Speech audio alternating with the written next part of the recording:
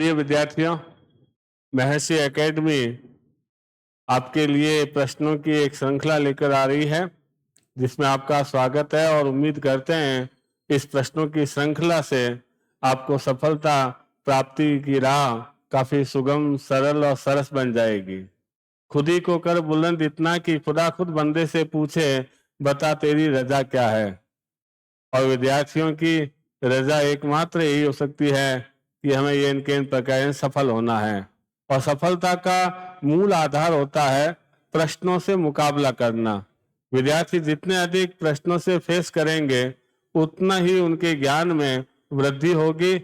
इसी वृद्धि को बदस्तूर कायम रखने के लिए आज हम आपके सामने हिंदी व्याकरण के प्रश्नों की श्रृंखला लेकर आ रहे हैं, जिनमें हम ये जानने का प्रयास करेंगे कि कौन सा विकल्प गलत है, उसके गलत होने के क्या कारण हैं, और कोई विकल्प सही है तो उसके सही होने के क्या कारण हैं।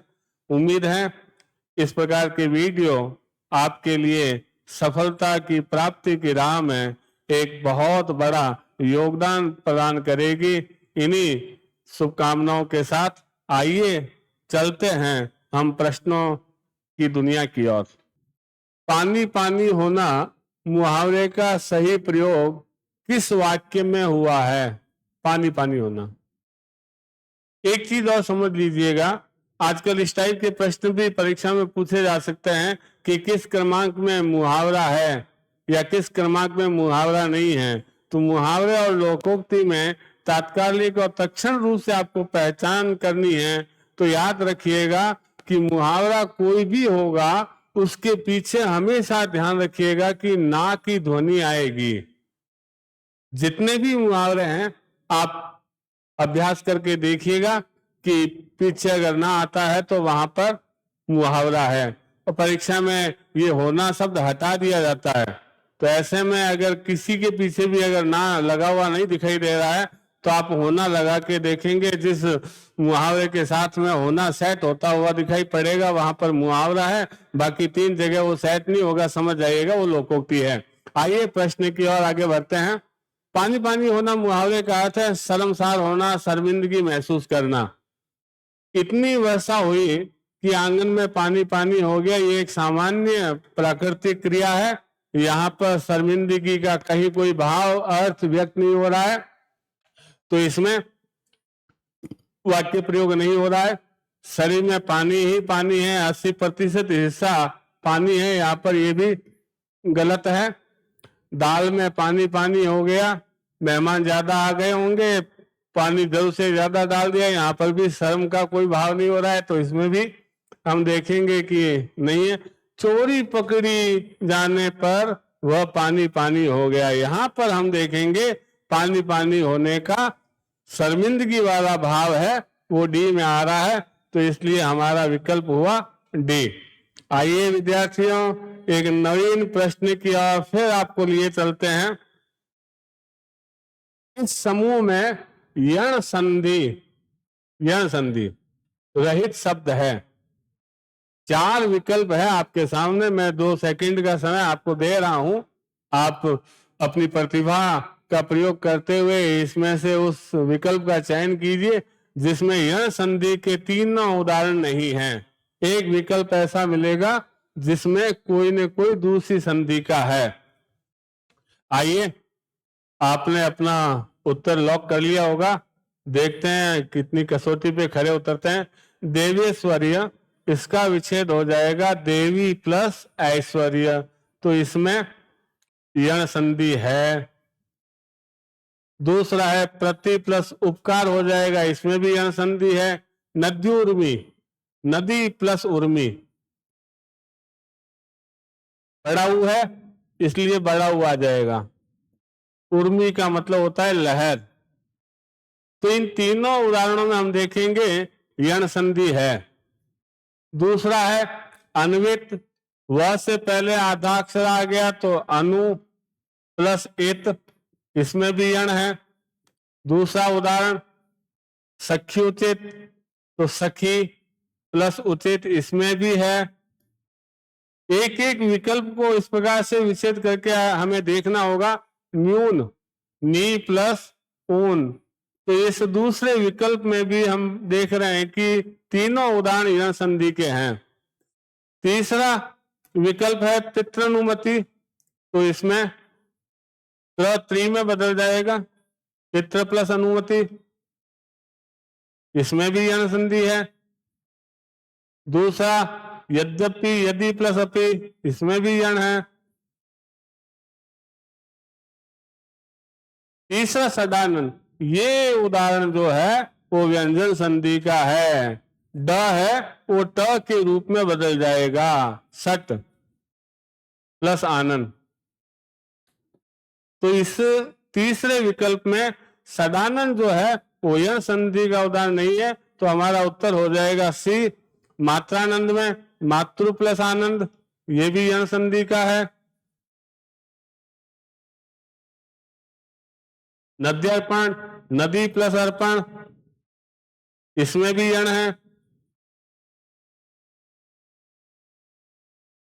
देव्यागमन, देवी प्लस आगमन, इसमें भी यण संधि है। इस प्रकार से सी उत्तर हुआ, क्योंकि सदानंद व्यंजन संधि का उदाहरण है। आइए विद्यार्थियों, एक नवीन प्रश्न की ओर आगे बढ़ते हैं।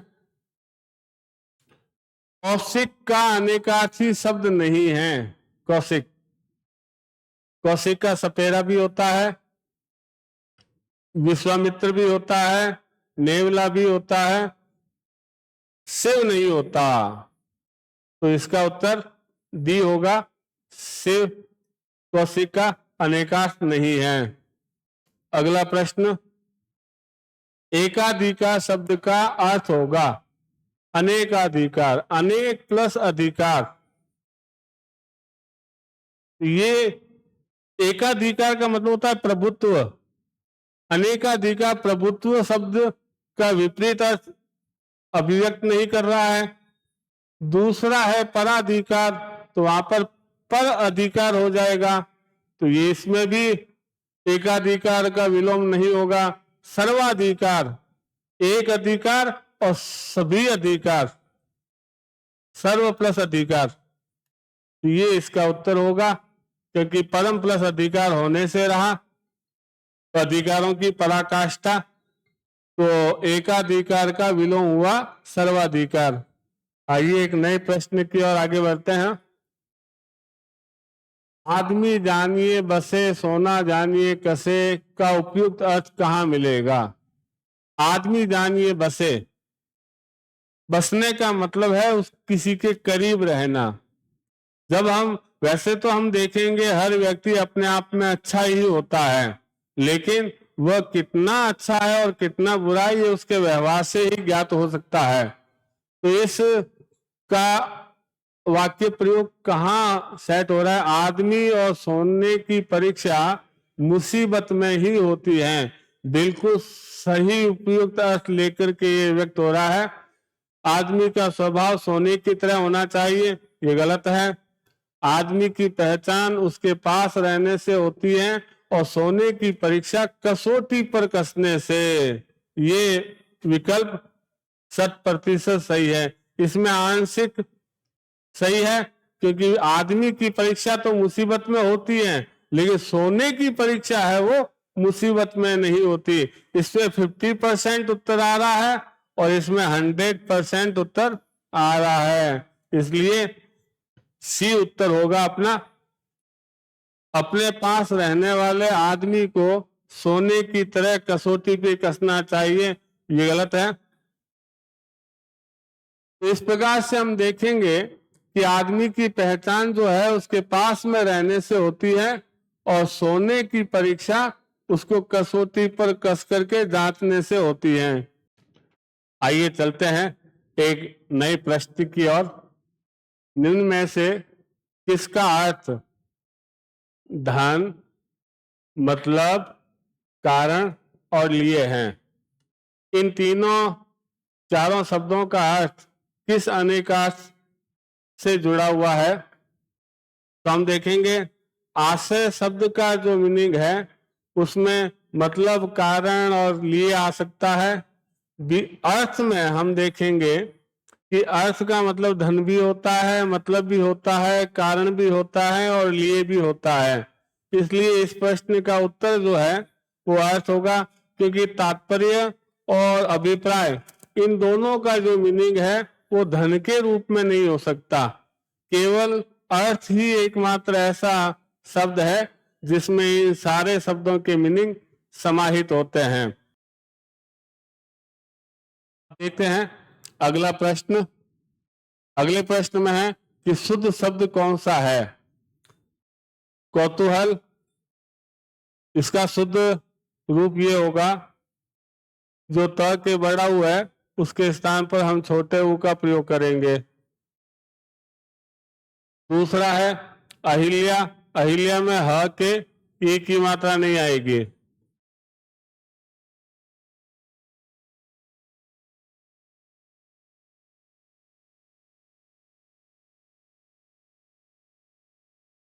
क्या होता है।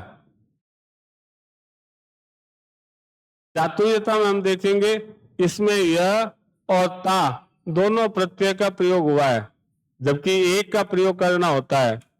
चतुर में जब हम यह प्रत्यय का प्रयोग करेंगे तो शब्द बन जाएगा चातुर्य। तो यहां तक तो ये सब शब्द सही होता, लेकिन इसके पीछे ता प्रत्यय का और प्रयोग कर दिया गया है, इस कारण से यह गलत है।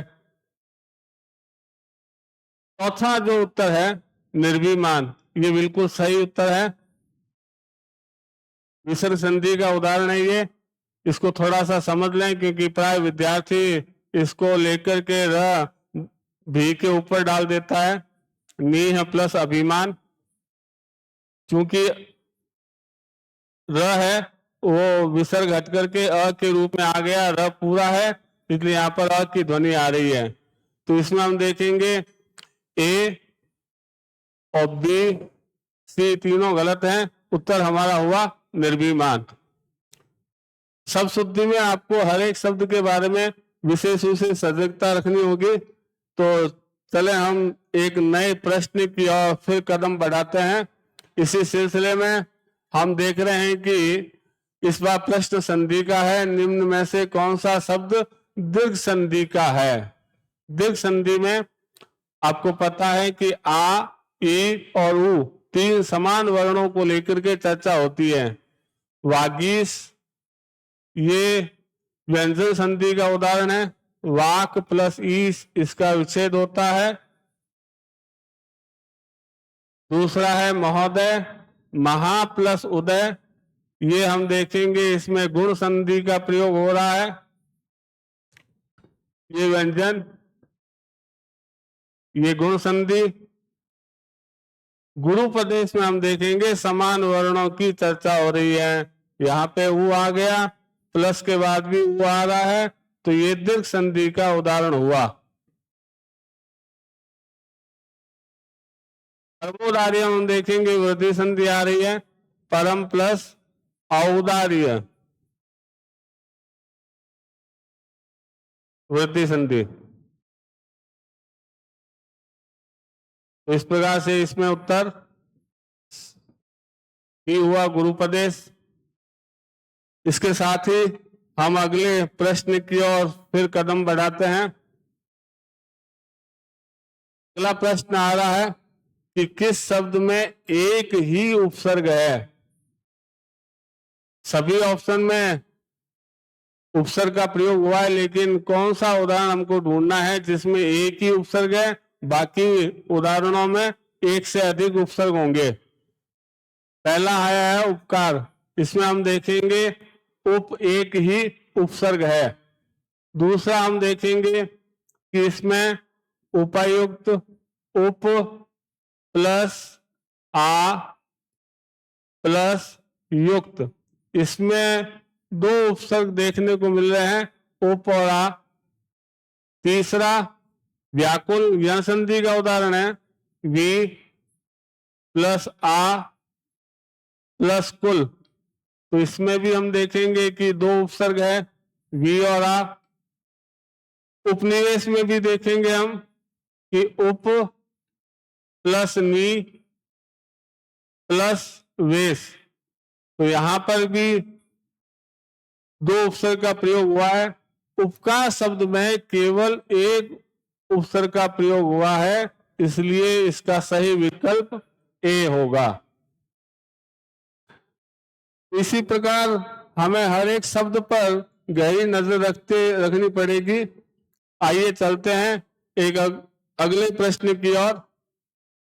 इसमें हम देख रहे हैं कि गार प्रत्यय का प्रयोग नहीं हुआ है। पहला है यादगार, तो इसे मूल शब्द आया है याद, दूसरा है गार। विदेशी प्रत्यय है गार। विदेशी प्रत्ययों में हमेशा विद्यार्थी एक बात का विशेष रूप से ध्यान रखें कि ये प्रत्यय जो है वो विदेशी शब्दों के साथ ही लग पाएंगे। दूसरा है सभागार। सभागार में हम देखेंगे कि इसमें दीर्घ संधि आ रही है, इसमें गार प्रत्यय नहीं आएगा, इसमें आएगा आगार।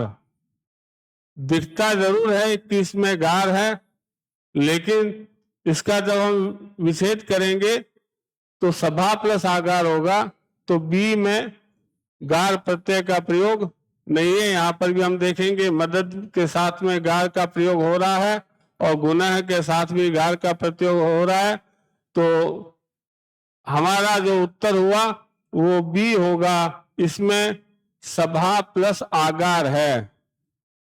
तो आइए इस सिलसिले में फिर एक नए प्रश्न की ओर मुखातिब होते हैं। अगला प्रश्न आया है कि शुद्ध शब्द कौन सा है।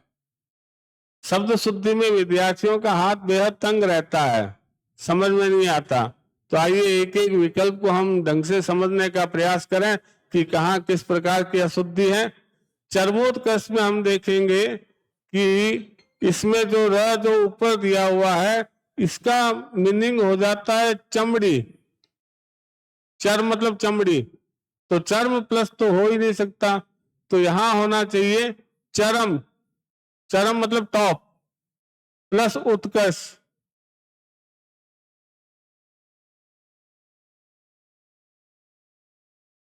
और वो मिलकर के वो बन जाएगा, तो शुद्ध शब्द होगा इसका चरमोत्कर्ष।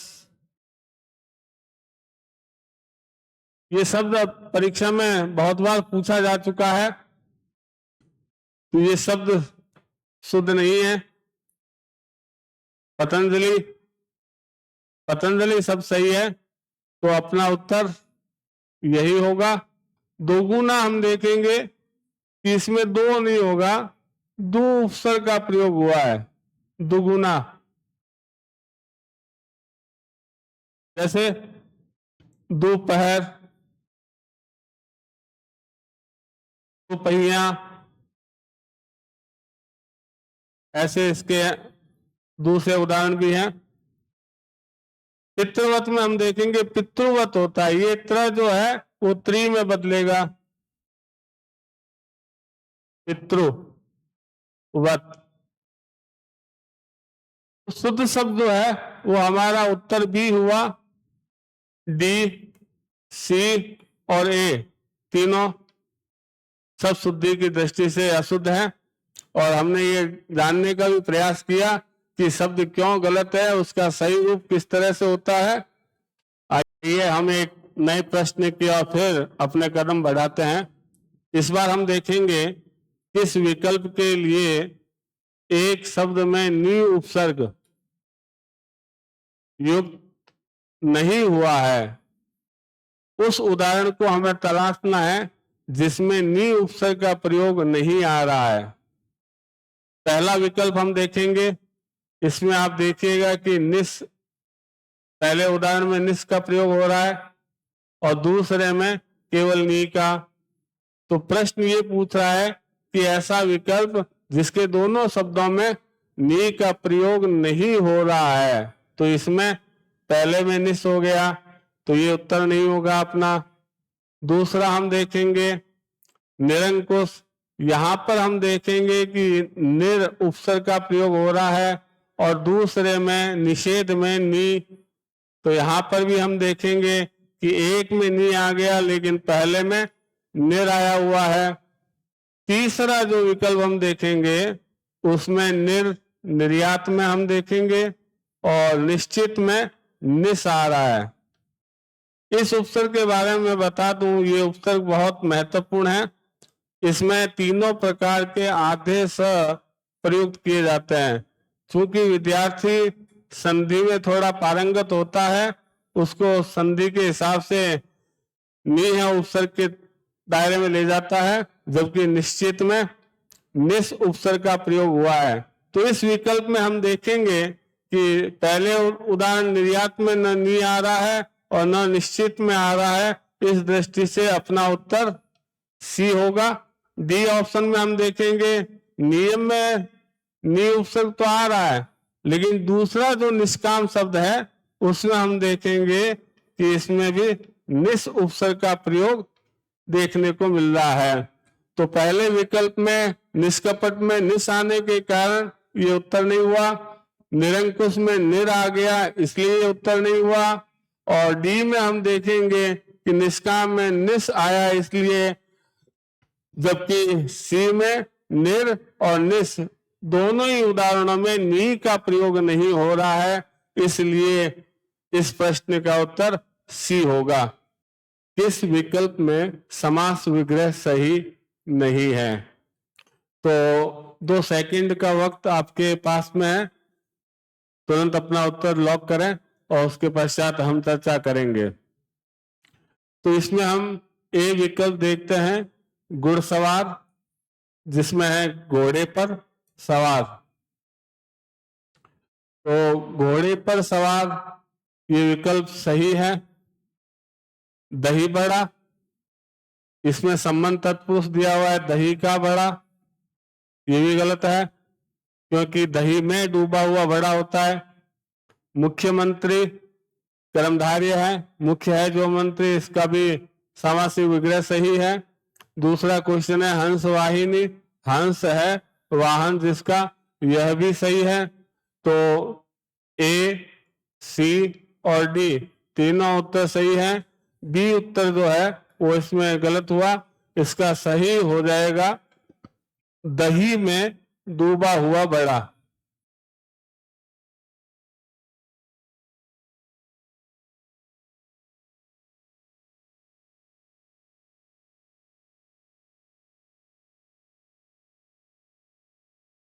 इस प्रकार से अब दूसरे प्रश्न की ओर बात करते हैं।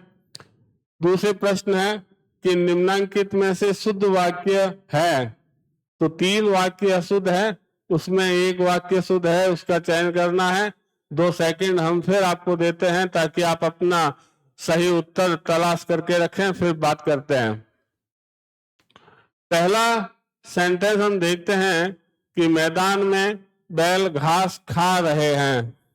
यहां पर हम देखेंगे खाने की क्रिया मनुष्य कर सकता है, पशु घास चर रहे हैं हो सकता है। दूसरा विकल्प, प्रत्येक नेता के सिर पर टोपियां थी। यहां पर जब प्रत्येक आया है तो यहां पर भी एक वचन का प्रयोग होगा, तो टोपियां नहीं टोपी होगा, तो ये सेंटेंस भी गलत है। मुझे हिंदी व्याकरण अच्छी तरह आता है, ये सेंटेंस सही है क्योंकि हिंदी जो है व्याकरण पुल्लिंग है, तो पुल्लिंग होने के कारण यहां पर आता है, ये वाक्य सही माना जाएगा। चौथा जो अंतिम विकल्प है कि बाबर की सेना ने गोलों और तोपों से आक्रमण किया। यहाँ पर हम देखेंगे गोलों से आक्रमण नहीं होता है, आक्रमण तोपों से होता है, क्योंकि तोपों के द्वारा गोले निकले जाते हैं। तो इस सेंटेंस को हम अशुद्ध करेंगे, तो इसमें तीसरा उत्तर जो है वो सही सिद्ध हुआ। इसके साथ अगले प्रश्न की ओर हम कदम बढ़ाते हैं। इसमें अब संधि का प्रश्न हमारे सामने आ रहा है कि सदैव में प्रयुक्त संधि का नाम है। सदैव व्यंजन नहीं है, विसर्ग नहीं है, इसमें वृद्धि है। अब वृद्धि में इसका विच्छेद हो जाएगा सदा प्लस एव, क्योंकि आ और ए मिलकर के आई का निर्माण होता है, इसलिए यह वृद्धि संधि के अंतर्गत आता है। अगले प्रश्न पर हम चर्चा करते हैं, राजभवन का विग्रह क्या होगा। विग्रह पर विद्यार्थी काफी कंफ्यूजन हो जाते हैं। पहला है राज्य भवन, ये तो होगा ही नहीं। विग्रह में एक बात हमेशा ध्यान रखें कि सामासिक पद में जो शब्द आया हुआ है उसी को हम विग्रह में प्रयोग करते हैं, तो पहला विकल्प तो इसी प्रकार रॉन्ग हो गया। दूसरा है कि राज का भवन, राज भी गलत है, राज मतलब शासन होता है। सी विकल्प है राजा का भवन, ये सही है क्योंकि इसमें संबंध तत्पुरुष का प्रयोग हुआ है।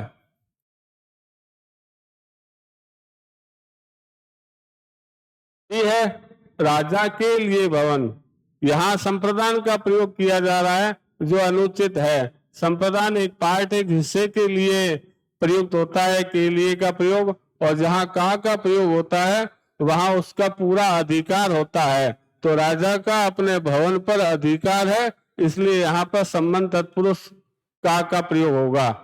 तो तीसरा ऑप्शन इसमें सही है। ए बी डी तीनों गलत हुए इसी श्रृंखला में। इस बार विद्यार्थियों हम विलोम शब्दों के क्षेत्र में प्रवेश कर रहे हैं। विलोम शब्दों के रूप में कौन सा मेल ठीक नहीं है, तो युग्म दिए हुए हैं विलोम शब्दों में, उनमें से हमें देखना पड़ेगा कि कौन सा युग्म सही नहीं है। पहला जो विकल्प है वो है सार्थक। सार्थक का विलोम होता है निरर्थक, तो यहाँ पर उपयोगी जो वर्ड आ रहा है वो गलत है, तो ये युग्म है वो सही नहीं है। तो उत्तर हुआ ये दाता देने वाला और याचक मतलब मांगने वाला, तो ये ऑप्शन भी सही है। मनुष्यता जो मानवता से परिपूर्ण है, पशुता मतलब पार्श्विक प्रवृत्ति लिया हुआ, तो ये भी विकल्प सही है। गहरा और उथला दोनों विलोम है, इसलिए इस प्रश्न में हम देखेंगे सार्थक और उपयोगी वाला जो विकल्प है उसमें उपसर्ग का प्रयोग सही नहीं हुआ है। इसी कड़ी में अगले प्रश्न की ओर कदम बढ़ाते हैं। अब हम देख रहे हैं कि मुहावरे किस वाक्य में प्रयोग किया गया है। मुहावरे का प्रयोग, और मुहावरा बहुत ही कठिन कार्य करना। 4 सेंटेंस दिए हुए हैं, चारों सेंटेंस में 4 मुहावरों का प्रयोग दिया हुआ है। उस किस मुहावरे का जो अर्थ है वो बहुत ही कठिन कार्य करना प्रयोग में हुआ है। तो पहला वाक्य हम देख रहे हैं कि संस्कृत पढ़ना लोहे के चने चबाना। लोहे के चने चबाना मुहावरे का प्रयोग है, बहुत ही कठिन कार्य करना। इस प्रकार से हम देखेंगे कि बहुत कठिन कार्य करना अर्थ का ए विकल्प में सही प्रयोग हुआ है। दूसरा हम विकल्प देखेंगे कि प्रताप ने ज्यों ही लगाम लगाई चेतक हवा से बातें करने लगा। तो हवा से बातें करने लगा मतलब बहुत तीव्र गति से भागने लगा, तो वो कठिन कार्य नहीं हुआ। वह तो मेरी मुट्ठी में है। मुट्ठी में है विलोम, ये मुहावरे का मीनिंग होता है वश में करना, तो ये भी इसका अर्थ नहीं होता है। चौथा और अंतिम वाक्य है भारतीय जवानों से लोहा लेना सरल नहीं है। तो लोहा लेना जो है वो है मुकाबला करना, टक्कर लेना। तो इस प्रकार से पहले वाले क्वेश्चन में जो बहुत ही कठिन कार्य है वो लोहे के चने चबाना मुहावरे को इंगित करता है। तो इस प्रकार से इसमें पहला उत्तर हुआ। आइए दूसरे प्रश्न की ओर हम आपको लिए चलते हैं। अब आ रहा है ध्वनियों का वर्गीकरण। प्रश्न पूछा जा रहा है कि छ ध्वनि का उच्चारण स्थल कौन सा है। अब इसके लिए आप ध्यान रखें कि ये सीरीज बना के रख लें, क, च, त, त और प। क वर्ग हमेशा ध्यान रखें कंठ से होता है उसका उच्चारण। च है वो तालव्य है और ट मूर्धन्य है। ट सीरीज वाले जितने भी व्यंजन हैं वो मूर्धा से हैं और त दंत्य है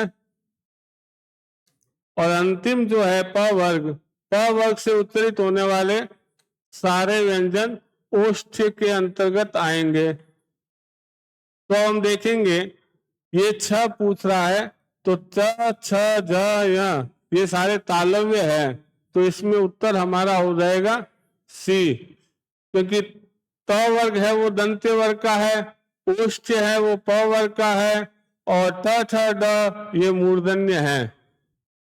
तो इस तालिका से हम पता कर लेंगे कि कौन सा व्यंजन कहाँ से उत्तरित होता है।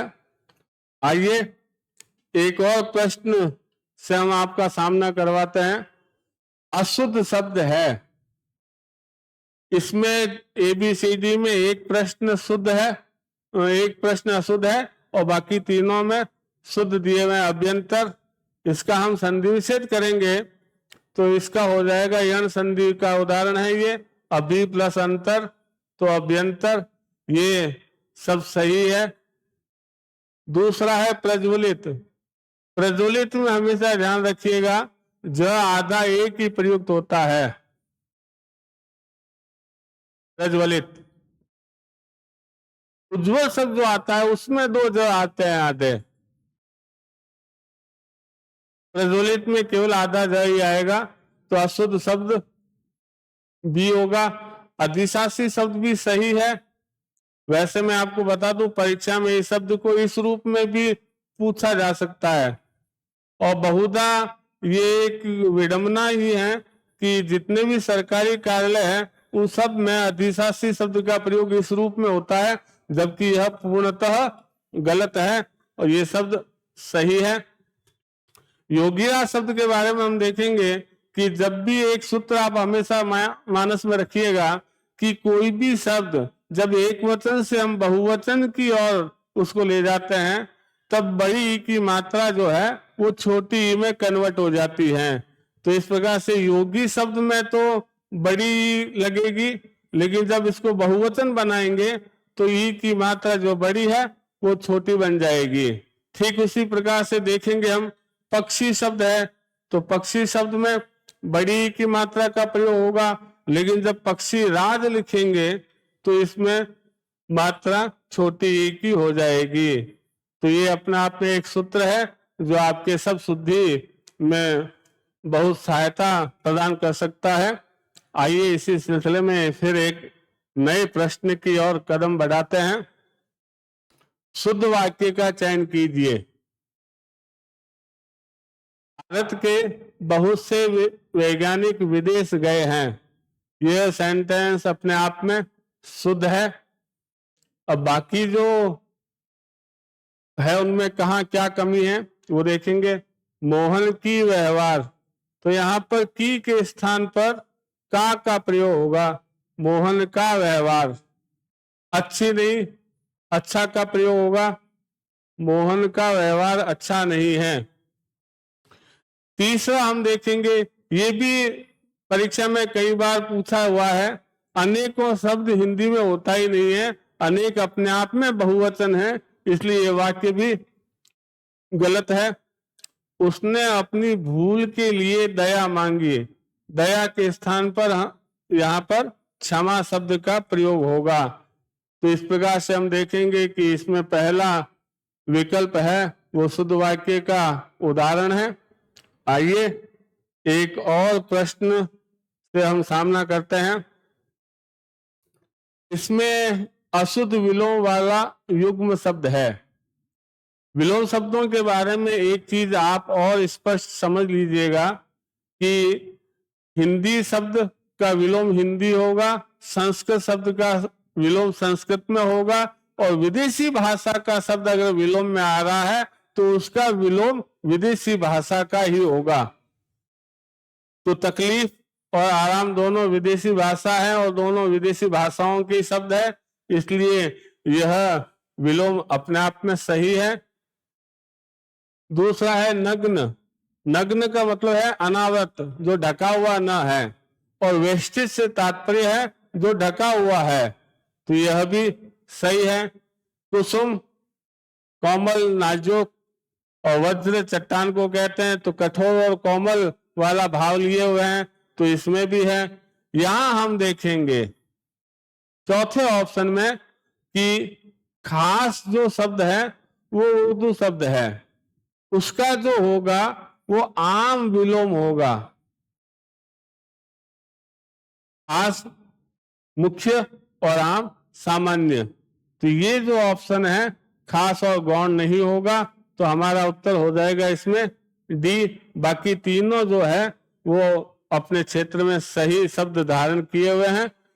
आइए एक और नए प्रश्न से आपसे मुकाबला करवाते हैं। ये प्रश्न बहुत अच्छा प्रश्न है और अनेक परीक्षाओं में विद्यार्थियों को पसोपेश में डाल चुका है। आप किसी भी प्रकार की असमंजसता में न रहें, इस प्रश्न को थोड़ा सा ढंग से समझने का प्रयास करें। इनमें से किस विकल्प में अधिक उपसर्गों का प्रयोग हुआ है? तो हमें प्रत्येक शब्द में कौन कौन से और किस किस प्रकार से उपसर्गों का प्रयोग किया हुआ है उसको समझना है। तो पहला शब्द है अप्रत्याशित। अप्रत्याशित में हम देखेंगे कि पहला हुआ अ उपसर्ग, दूसरा हुआ प्रत्याशित। प्रत्याशित में हम यण संधि है तो प्रति प्लस आशा हो गया, और इत प्रत्यय इसमें प्रयोग हुआ है। तो इसमें हम देखेंगे कि अ और प्रति दो उपसर्गों का प्रयोग हुआ है। दूसरा शब्द है अत्याचार। अत्याचार में हम देख रहे हैं कि अति एक उपसर्ग, दूसरा उपसर्ग हो गया आ, और तीसरा उपसर्ग हो गया चार। तो यहां पर भी हम देखेंगे कि दो उपसर्गों का प्रयोग हो रहा है। सी में हम देखेंगे प्रति पहला उपसर्ग, दूसरा आ उपसर्ग, और तीसरा जो मूल शब्द है इसमें घात। तो इसमें हम देखेंगे कि तीनों विकल्पों में दो दो उपसर्गों का प्रयोग हुआ है। अब जो उत्तर बचा है दुर्व्यवहार, उसमें हम देखेंगे कि दुर पहला उपसर्ग। अब मूल शब्द हम ला रहे हैं व्यवहार, तो व्यवहार में भी हम देखेंगे कि वी उपसर्ग है। वी प्लस अवहार होता है। वी प्लस अवहार, तो यहां पर अब एक और उपसर्ग आ गया और मूल शब्द हुआ इसमें हार। तो इस प्रकार से हम देखेंगे कि इसमें तीन उपसर्गों का प्रयोग हुआ है, दुर, वी और अव।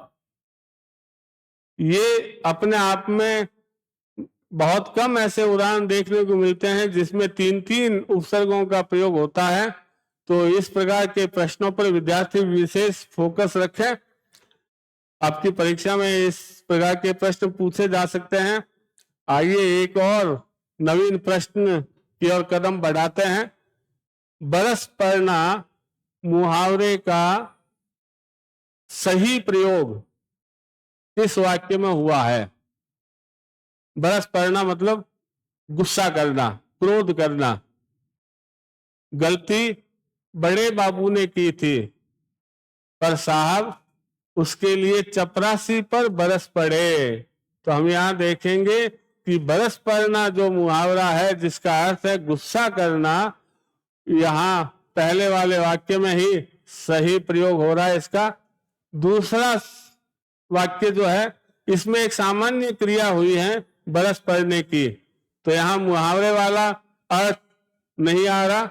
तीसरा जो वाक्य है कि सेठ ने भिखारी को इतना धन दिया जैसे वे बरस पड़े हो, यहां पर भी बरस पड़ना जो गुस्सा करना मीनिंग है वो तीसरे वाक्य में भी सेट नहीं हो रहा है। चौथा और अंतिम विकल्प हम देखेंगे कि बिन बादल बरस पड़ना, ये भी बादलों के बरसने की एक सामान्य क्रिया के अर्थ को परिचायक है, इसलिए यहां पर भी परस्पर क्रोध करने के रूप में नहीं आ रहा है, तो पहला विकल्प जो है वही उसका उत्तर होगा। आइए इसी क्रम में एक और प्रश्न से हम सामना करते हैं। इस क्रमांक में वाक्य शुद्ध नहीं है। पहला जो वाक्य शुद्ध नहीं है, शुद्ध नहीं है का मतलब ये हुआ कि हमको अशुद्ध वाक्य बतलाना है। प्रश्न की भाषा अगर आप समझ रहे हैं तो हम उत्तर के विकल्प की तह तक पहुंच पाएंगे। अश्वमेध का घोड़ा पकड़ा गया, यह वाक्य सही है। दूसरा वाक्य जो है, कुत्ता एकलव्य का काला व भयानक शरीर देखकर भौंकने लगा, यहां पर हम देखेंगे कि वाक्य अशुद्धि आ रही है। यहां हम देखेंगे कि जो कुत्ता जो है वो गलत स्थान पर आया है। एकलव्य का काला व भयानक शरीर देखकर कुत्ता भौंकने लगा, भौंकने की जो क्रिया है उससे पूर्व हम कुत्ते का प्रयोग करेंगे, इसलिए उत्तर जो है वाक्य जो अशुद्ध हुआ वो दूसरा हुआ। हिंदी अंग्रेजी का स्थान लेने में समर्थ है, ये वाक्य सही है। यास्कादि, यास्क संस्कृत का एक आचार्य रहा है और प्लस आदि, यास्क आदि आचार्यों ने, इसका मीनिंग ये हुआ, यही माना है, तो ये भी वाक्य शुद्ध है।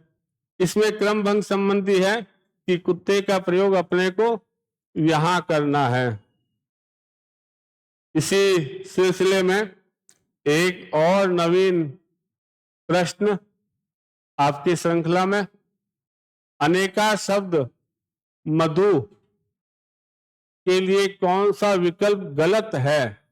मधु शब्द कहाँ नहीं हो रहा है? मधु का अर्थ शहद भी होता है, मधु का अर्थ वसंत भी होता है और मधु का अर्थ मेवा नहीं होता, तो ये हमारा उत्तर रहा।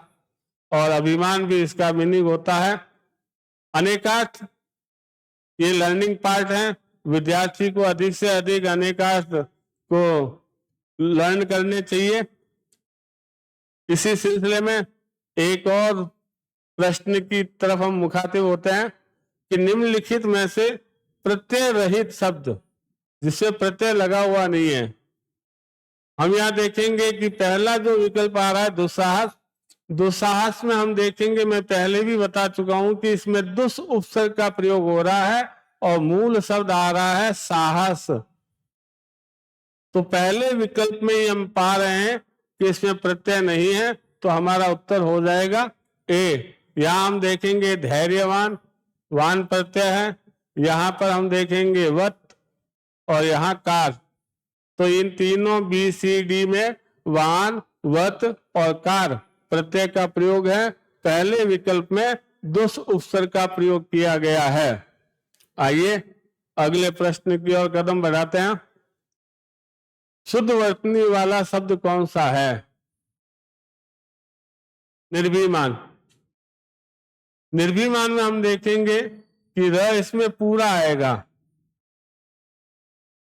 संधि का उदाहरण है ये, नियम प्लस अभिमान, तो इस दृष्टि से र पूरा होगा। दूसरा है दारिद्र्य। अब यहां पर देखेंगे कि ये वर्ड इसमें हलंत कैसे और क्यों लगा है, तो दरिद्र शब्द जो है उसमें अगर हम यह प्रत्यय का प्रयोग करेंगे, यह, तो आपको पता है नियम है उसका कि यह प्रत्यय का जब हम प्रयोग करते हैं तो अगर प्रारंभ में अ की ध्वनि आ रही है तो वो आ में बदल जाएगी और अंतिम अक्षर जो है वो आधा हो जाएगा। तो द दा में बदल गया और अंतिम अक्षर द है तो वहां पर हलंत लग जाएगा। तो इस दृष्टि से देखेंगे शुद्ध वर्तनी वाला शब्द हमारा बी हुआ। पुनरावलोकन शब्द जो है उसमें भी विसर्ग संधि है, इसमें पुनः प्लस अवलोकन, पुनः प्लस अवलोकन,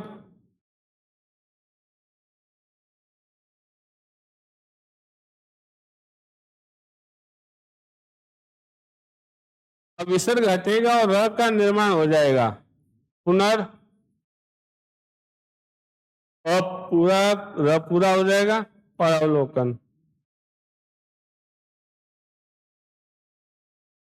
ग्रहस्थ्य में भी यह प्रत्यय आ रहा है और इस प्रकार में इस शब्दों के बारे में विशेष रूप से ध्यान दें आप कि जब भी किसी शब्द के प्रारंभ में अगर ऋषि वाला र आ रहा है तो हम किसी भी प्रकार का प्रत्यय का प्रयोग करते हैं तो वह री की जो मात्रा है वो अगले वाले वर्ण के ऊपर चली जाएगी।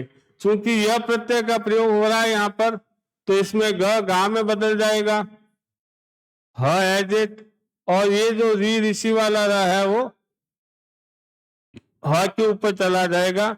स एज इट, अंतिम अक्षर थ है तो थ आधा हो जाएगा और यह प्रत्यय लग जाएगा। तो गाढ़ हस्ते का शब्द शुद्धि इस प्रकार से होगी। तो इस प्रकार के यदा कदा कुछ उदाहरण और है जिन पर हम गौर करेंगे।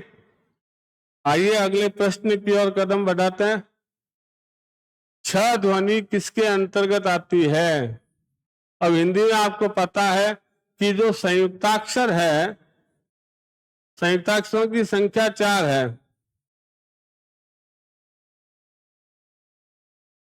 पहला छ, दूसरा त्र, तीसरा ज्ञ और चौथा स्र। अब छ है वो क और स से मिलके बना है, त्र है वो त और र से मिलके बना है, ज्ञ ज और य से मिलके बना है और स्र स और र से मिलके बना है। तो संयुक्ताक्षर में छ जो है वो क और स से मिलके बना है, इसलिए संयुक्त वर्ण कहलाएगा छ। इसमें हम देख रहे हैं कि इनमें से किस शब्द में ला उपसर्ग का प्रयोग नहीं हुआ है। प्रिय विद्यार्थियों, मैं पहले भी आपको बतला चुका हूं कि विदेशी उपसर्गों की श्रृंखला में हमें इस बात को ध्यान रखना होगा कि विदेशी शब्द के साथ ही विदेशी उपसर्ग का प्रयोग होता है। तो इस प्रकार के प्रश्नों से जब विद्यार्थी फेस कर रहा हो तो उनको चाहिए कि वह उपसर्ग हटा करके मूल शब्द देखें। तो इसमें हम देखेंगे कि ला से पहले इला शब्द आ गया, तो यहाँ पर हम देखेंगे ला उपसर्ग का प्रयोग है। यहाँ पर दूसरे ऑप्शन में पता है, पता से लाल लग करके लापता बन गया। तीसरा जो ऑप्शन है उसमें ला हटा करके देखेंगे तो मूल शब्द आया जवाब और ला उपसर्ग लगने से वो लाजवाब बन गया। चौथा ऑप्शन है उसमें हम देखेंगे कि ला उपसर्ग हटाएंगे तो नत वर्ड बचा। नत हिंदी का शब्द है झुका हुआ, जबकि इन इलाज, पता और जवाब ये तीनों विदेशी भाषा के शब्द हैं, इसलिए डी में ला उपसर्ग का प्रयोग नहीं हुआ है। प्रिय विद्यार्थियों, हंगामा खड़ा करना हमारा मकसद नहीं, हमारी कोशिश है कि ये सूरत बदलनी चाहिए। हिंदी व्याकरण के क्षेत्र में विद्यार्थी जहाँ जहाँ जिन जिन टॉपिकों में उनका हाथ तंग हो जाते हैं, पसोपेश हो जाते हैं, असमंजस हो जाते हैं, ऊहापोह की स्थिति में अपने आप को प्राप्त करते हैं, हमारा मकसद उन तमाम स्थितियों से विद्यार्थी को बाहर निकालकर और बहुत ही सुंदर सहजता सरलता के साथ एक सही विकल्प तक पहुंचाने में हम मदद करना चाहते हैं। उम्मीद करते हैं कि हमारे इस तरह के वीडियोज आपके असमंजसता की राह को प्रशस्त करेंगे। एक जो घना कोहरा आपके मस्तिष्क पर हिंदी व्याकरण को लेकर के छाया हुआ है, कदाचित इस वीडियो के माध्यम से एक आशा की सूर्य की सुनहली किरण आपको प्रदान होगी। इन्हीं मंगल कामनाओं के साथ हम कल फिर हाजिर होंगे एक नए वीडियो को लेकर के। तब तक के लिए जय हिंद।